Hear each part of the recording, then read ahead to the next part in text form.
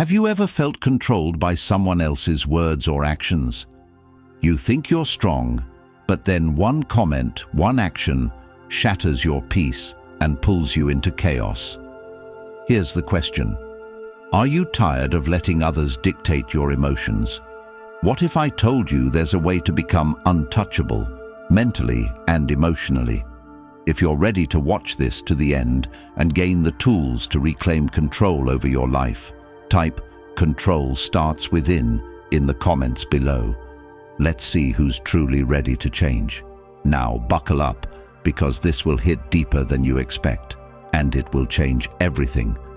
Hurtful people, they're everywhere. Maybe it's the boss who belittles you in front of everyone, the partner who constantly finds fault in what you do, or the so-called friend who stabs you in the back when you least expect it. Most people don't know how to deal with these situations. They either lash out, lose control, or let the hurt linger inside them until it eats away at their confidence and peace of mind. But you're here because you're not most people. You want to be the person who stands firm, who's in control, and who doesn't just survive the hurt, but grows stronger because of it. In this video, we'll explore 12 unapologetic truths that will transform how you deal with hurtful people. This isn't just about words. It's about reclaiming your power, taking responsibility for your emotions, and becoming a person no one can shake. These lessons are rooted in Stoicism, timeless wisdom, and modern insights tailored for today's chaotic world. Watch until the end, because if you leave halfway, you'll miss the one principle that could change your life forever. Now let's get started. Number 1. Control over reactions. Here's a truth no one will tell you.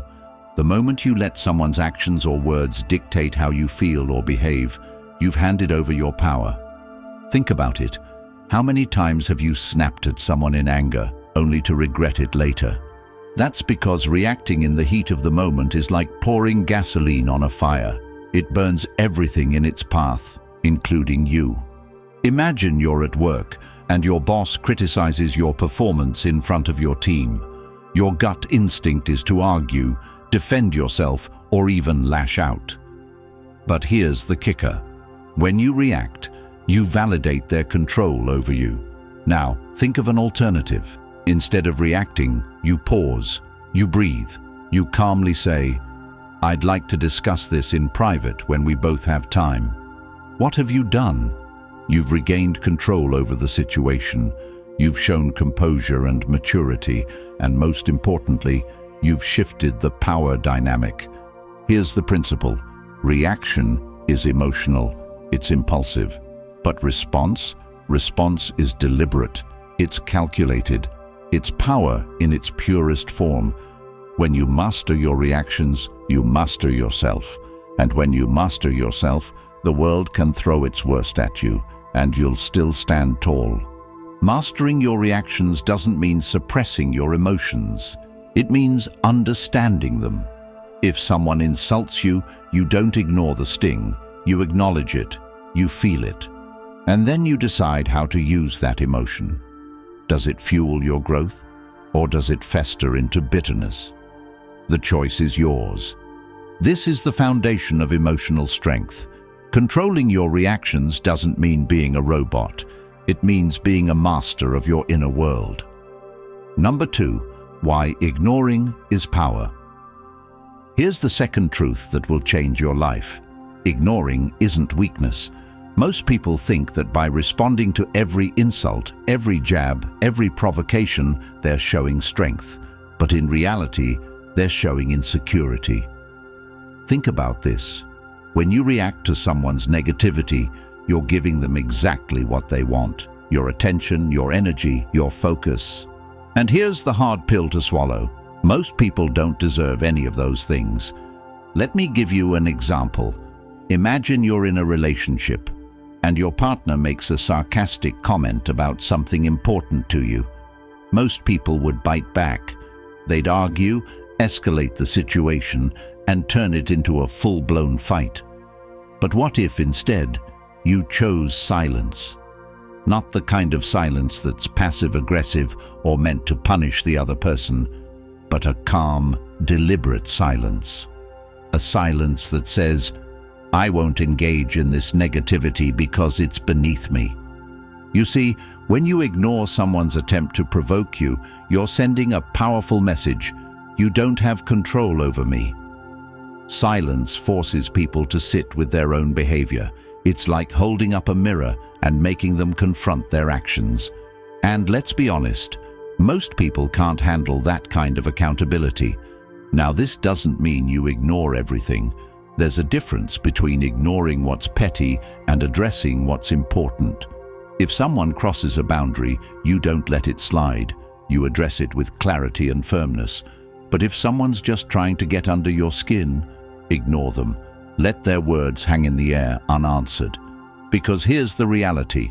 The more you engage, the more power you give them. And the less you engage, the more power you reclaim. Ignoring is about prioritizing your energy. Not every battle is worth fighting. Not every comment deserves a response. And not every person deserves your time. When you learn to ignore strategically, you become unshakable. You focus on what truly matters, and you let the rest fade into the background. Number 3, detach emotionally. Emotional detachment is often misunderstood. People think it means you stop caring, that you become cold, indifferent, or unfeeling. But that couldn't be further from the truth. Emotional detachment isn't about shutting down your emotions, it's about controlling them. It's about understanding that you don't have to internalize every feeling, every word, every action from others. Let's break it down. Imagine someone you care about, your partner, a close friend, or a family member, says something hurtful to you. The immediate reaction? You feel attacked, you feel unloved, you feel like you've been punched in the gut. But here's the question, is their behavior really about you, or is it about them? 9 times out of 10, it's about them, their mood, their insecurities, their struggles, and yet we take it personally. We let it ruin our day, our mood, our peace. Why? Because we haven't learned to detach. Here's the truth. You can't control what people say or do, but you can control how much power you give it. Emotional detachment is about drawing a line between what's happening and how you choose to feel about it. It's about recognizing that someone else's behavior doesn't define your worth. Their words don't have to become your reality. Let's say you text someone and they don't reply.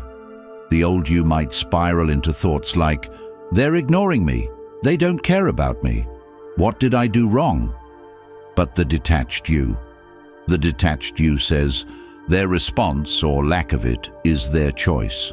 It doesn't change who I am. You see the difference? Detachment isn't about not caring. It's about not carrying what isn't yours to carry. But let's take it a step further. Detachment doesn't just protect you, it empowers you. When you're detached, you're free. Free from overthinking, free from unnecessary pain, free to focus on what truly matters. And let me tell you, that kind of freedom is rare. Most people are slaves to their emotions. They let every little thing control them. But you're different.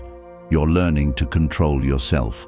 And in doing so, you're reclaiming your peace, your power, and your life. Detachment is a skill.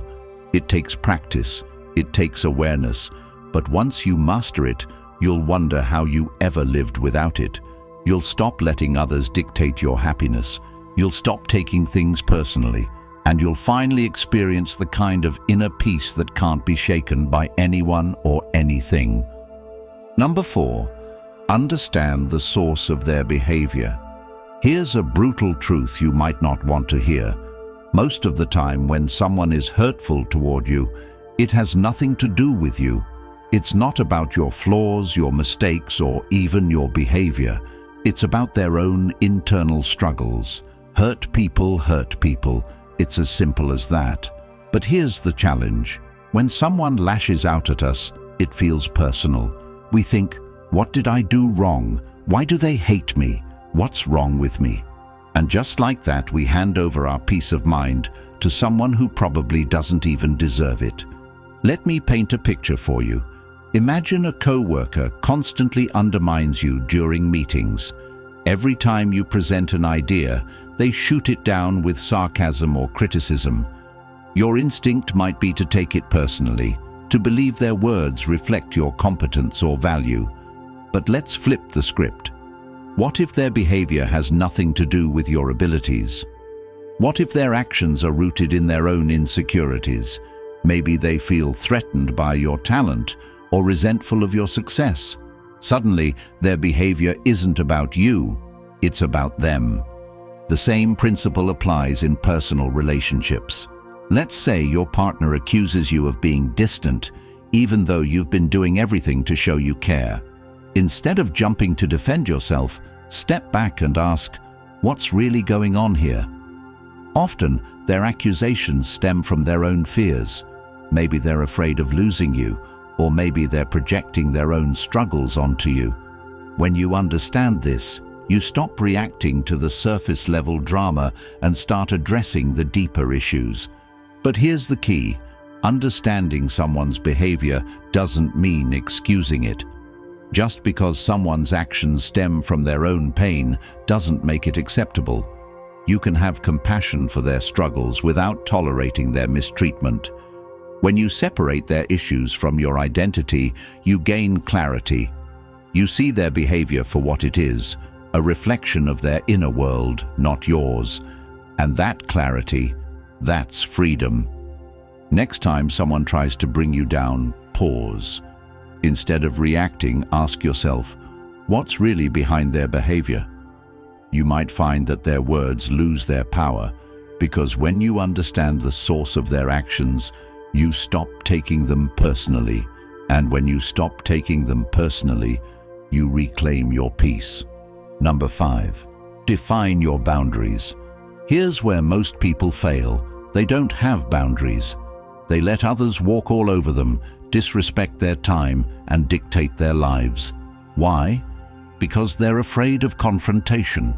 They think setting boundaries will make them look selfish or rude. But let me ask you this: is it selfish to protect your peace? Is it rude to demand respect? No, it's necessary. Boundaries aren't barriers, they're guidelines. They tell people how to treat you, and if you don't set them, guess what? People will treat you however they please. Imagine this scenario. You have a friend who constantly shows up late whenever you make plans. You're annoyed, but you don't say anything. Why? Because you don't want to create conflict. But here's the problem. Every time you stay silent, you're sending a message that their behavior is acceptable, and the longer you tolerate it, the more it eats away at your peace. Now, let's flip the script. Imagine instead of staying silent, you calmly tell your friend, I value my time, and it's important to me that we respect each other's schedules. If you can't show up on time, we might need to reschedule. What have you done? You've set a boundary. You've communicated your expectations, and most importantly, you've shown that you respect yourself. Boundaries apply to every area of your life: work, relationships, friendships, even family. Let's say your boss expects you to answer emails at all hours of the day. Without boundaries, you'll burn out, constantly feeling like you're on call. But if you set a clear expectation saying, I'm happy to address this during work hours, but I need to prioritize my personal time outside of that, you take back control. And guess what?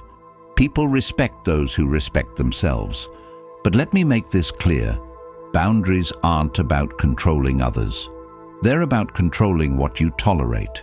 If someone crosses a line, you don't demand they change, you enforce the boundary. That might mean walking away from a toxic relationship or saying no to an unreasonable request. It's not easy, but it's worth it. Because every time you enforce a boundary, you're sending a message, not just to them, but to yourself. You're saying, I deserve respect. I deserve peace. I deserve better. Boundaries are a form of self-respect, and if you don't respect yourself, no one else will. So stop worrying about how others will react. Start prioritizing your peace. Set the boundary, have the conversation, and watch how your life transforms. Number 6, respond, don't react. This is where true power lies. The difference between reacting and responding is the difference between being controlled and being in control. Reaction is impulsive, it's emotional, it's the knee-jerk comment you regret the moment it leaves your mouth. But response is deliberate, it's thoughtful. It's the calm, measured action that leaves people wondering, how does he stay so composed? Imagine someone insults you in front of others. Your instinct might be to snap back, to defend yourself with a cutting remark. But what does that accomplish? It escalates the situation, draws more attention to the drama, and often makes you look just as bad as the person who insulted you. Now, imagine instead that you pause. You take a deep breath, and you say something like, I appreciate your perspective.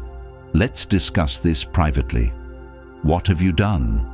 You've disarmed them, you've taken the high road, and most importantly, you've maintained your dignity. Here's the secret. When you respond instead of reacting, you shift the power dynamic. You're no longer playing by their rules. You're setting the tone, and that tone, that's where your strength lies. Responding doesn't mean staying silent. It means choosing your words and actions carefully.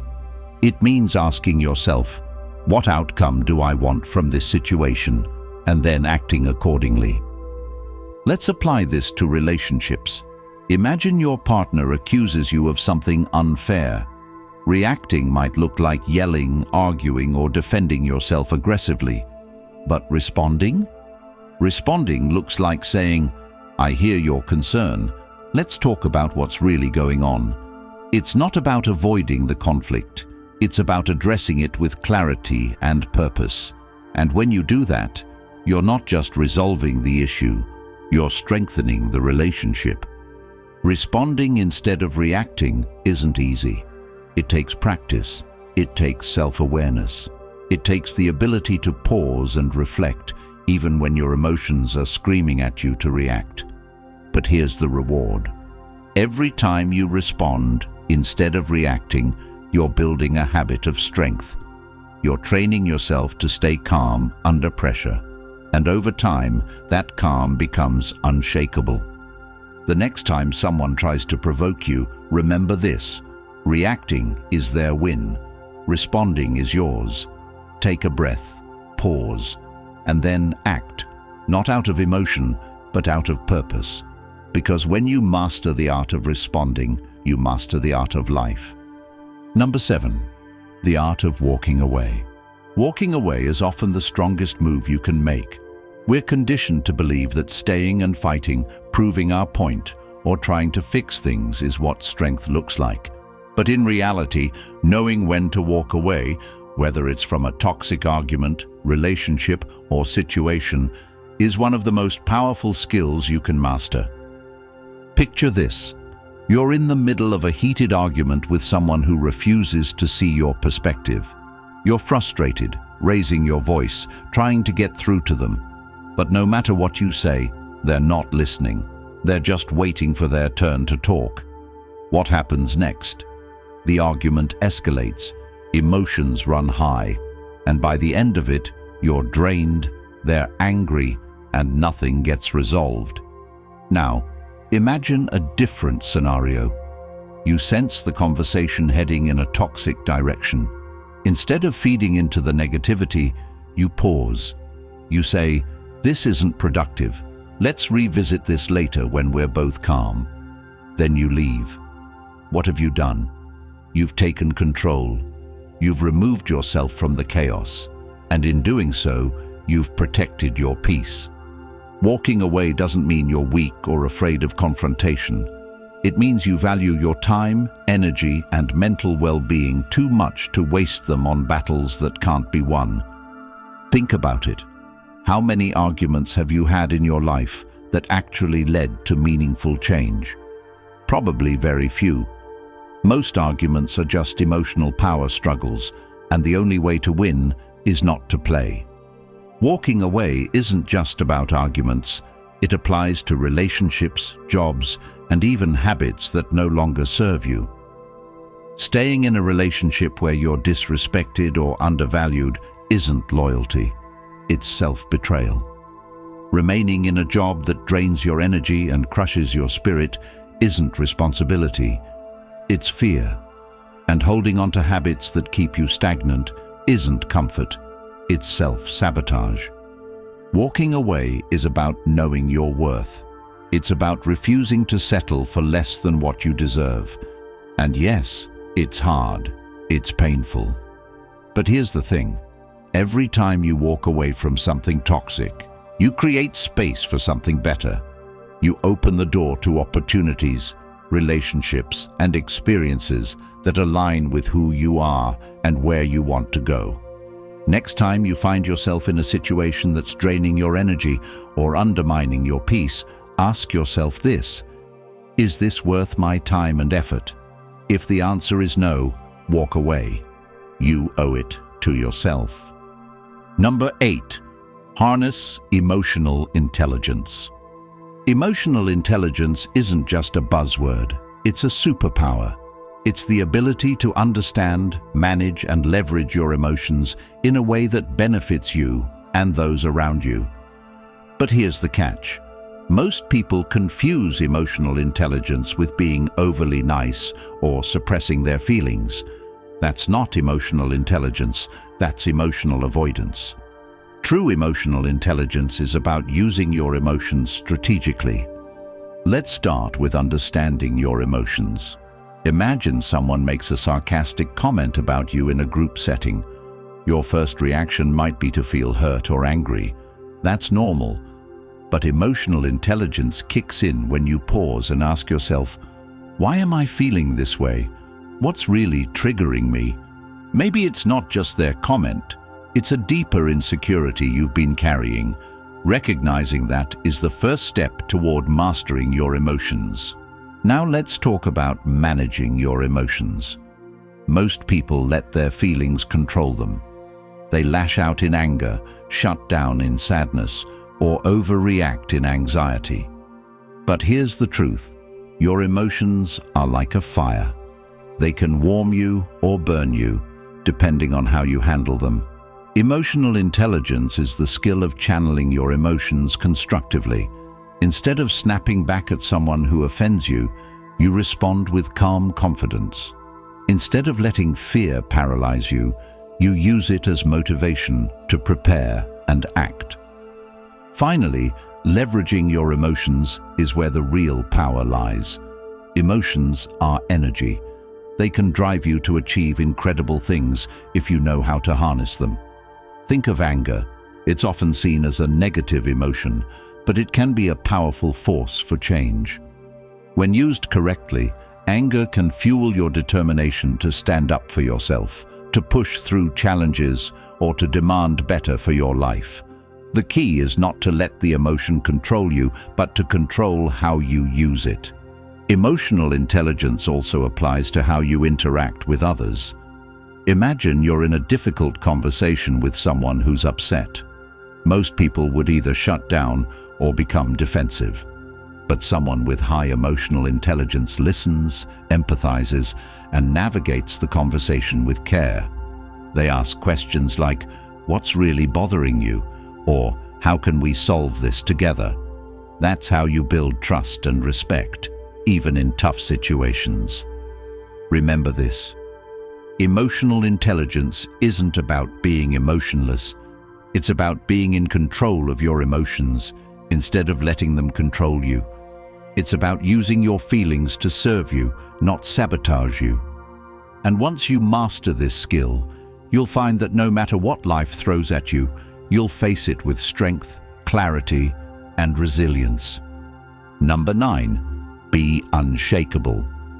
Imagine being so grounded in who you are that no comment, no rejection, no failure can throw you off balance. It sounds impossible, right? But it's not. Being unshakable isn't about ignoring reality or pretending everything is fine. It's about developing a mindset so strong that external events lose their power over you. Think about the last time someone tried to tear you down.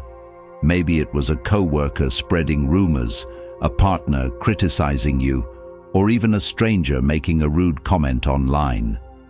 How did it make you feel? Probably angry, hurt, or even doubting yourself. That's normal. But here's the secret. Those feelings only have power if you let them. Being unshakable means recognizing that other people's opinions are just that. Opinions. They don't define you unless you allow them to. So how do you become unshakable? It starts with self-awareness. You need to know who you are, what you stand for, and what you want from life. When you have a clear sense of your identity and purpose, external negativity becomes background noise. Let's say someone criticizes your career choices. Instead of questioning yourself, you remind yourself why you chose this path. You say, "This is my journey, not theirs." That clarity keeps you grounded. Another key to being unshakable is resilience. Life will knock you down. It's inevitable. But the difference between those who thrive and those who crumble is their ability to get back up. Think of a tree in a storm. The branches may bend, but the roots stay firm. That's what being unshakable looks like. Flexible on the surface, but deeply rooted within. Finally, practice gratitude. It might sound cliché, but focusing on what you have instead of what you lack is a game changer. When you're grateful, you're less affected by negativity because your perspective shifts. You stop seeing challenges as threats and start seeing them as opportunities to grow. Being unshakable doesn't mean you'll never feel pain or doubt. It means you'll feel those things without letting them control you. It means standing firm in the face of adversity, knowing that no matter what happens, you'll rise above it. And when you reach that point, nothing, absolutely nothing, can break you. Number 10. Use hurt as fuel for growth. Here's the hard truth. Hurt is inevitable. No matter how strong, smart, or successful you are, someone will try to tear you down. Someone will hurt you. That's life. But here's the difference between those who crumble under pain and those who rise above it, the way they use that hurt. Most people let pain defeat them. They dwell on it, replaying the moment over and over in their minds, letting it control their mood, their decisions, their life. But you're different. You're here to learn how to turn hurt into your greatest advantage. Think about the last time someone doubted you, insulted you, or betrayed you. What did you do? Did you let it crush your confidence, or did you use it to fuel your ambition? Take a look at some of the most successful people in history. Many of them faced relentless criticism and rejection. Oprah Winfrey was told she wasn't fit for television. Michael Jordan was cut from his high school basketball team. These people didn't just overcome their pain, they used it as the fire that drove them to greatness. Here's how you do the same. The next time someone hurts you, don't just sit in that pain. Channel it. Use it as a reason to work harder, to prove them wrong, to achieve what they said you couldn't. Let me give you a practical example. Imagine you're working on a big project and someone says, "You're not good enough for this."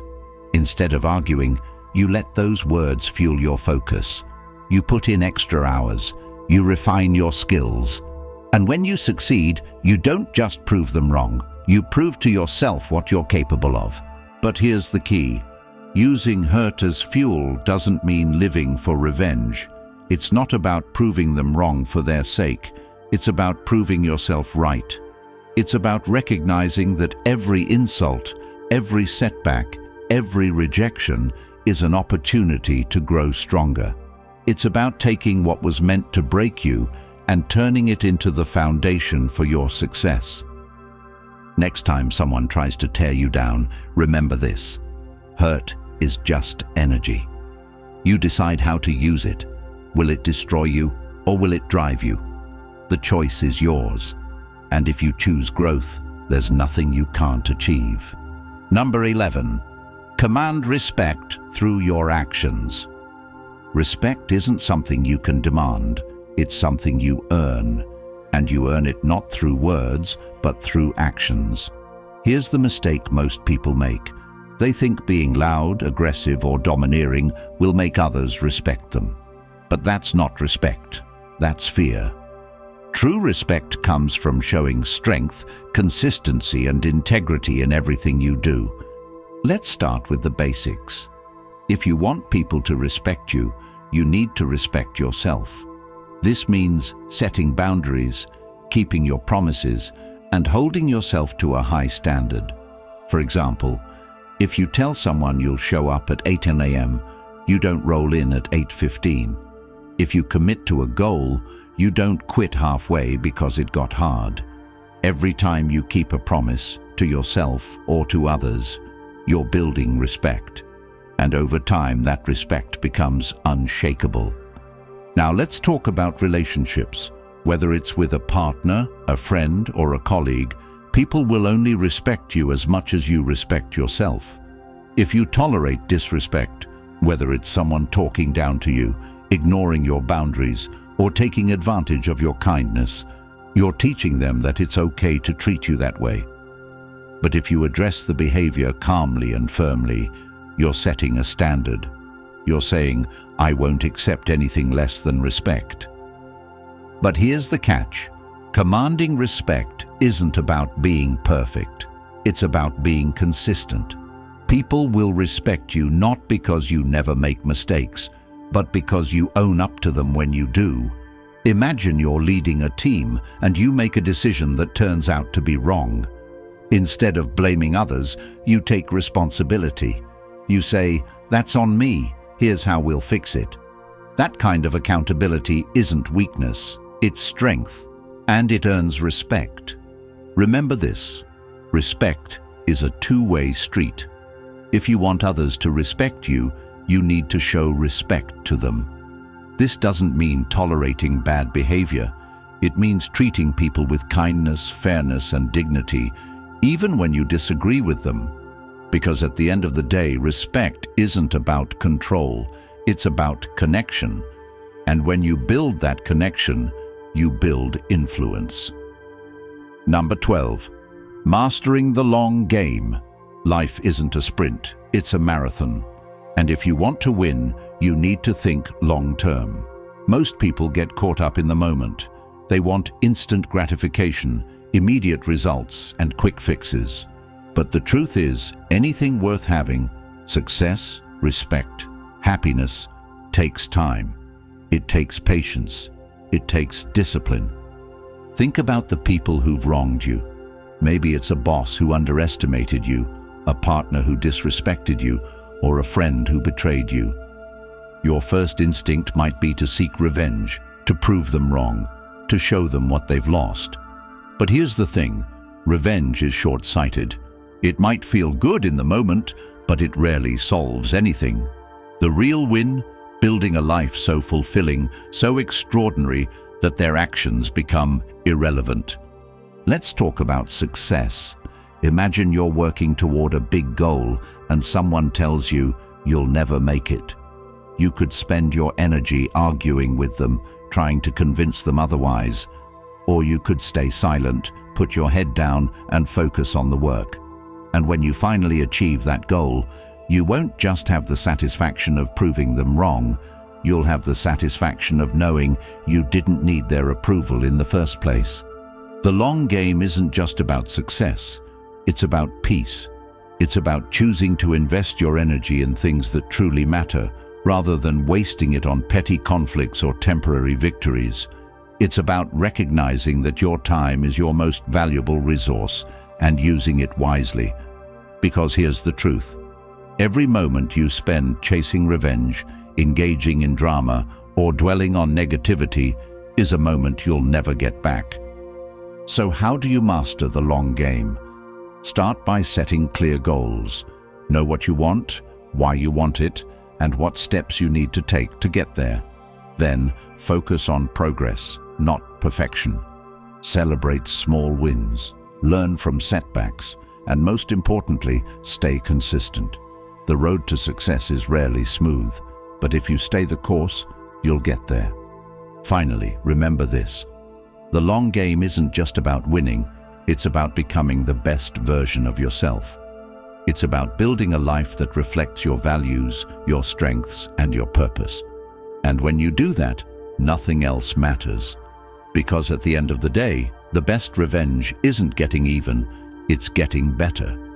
You've made it to the end of this journey, and now you have the tools to transform how you handle hurtful people and challenging situations. Each of these 12 principles is a step toward reclaiming your power, protecting your peace, and building a life you're proud of. But here's the thing, knowledge is useless without action. So I challenge you, don't just watch this video, live it. If this message resonated with you, let me know in the comments by typing, "I control my destiny." If you found value in this, support the channel by subscribing. It's not just about growing this community, it's about spreading this message to people who need it. Your subscription makes this content accessible to more people, helping them reclaim their power and live unapologetically. So hit that subscribe button and let's make this movement unstoppable.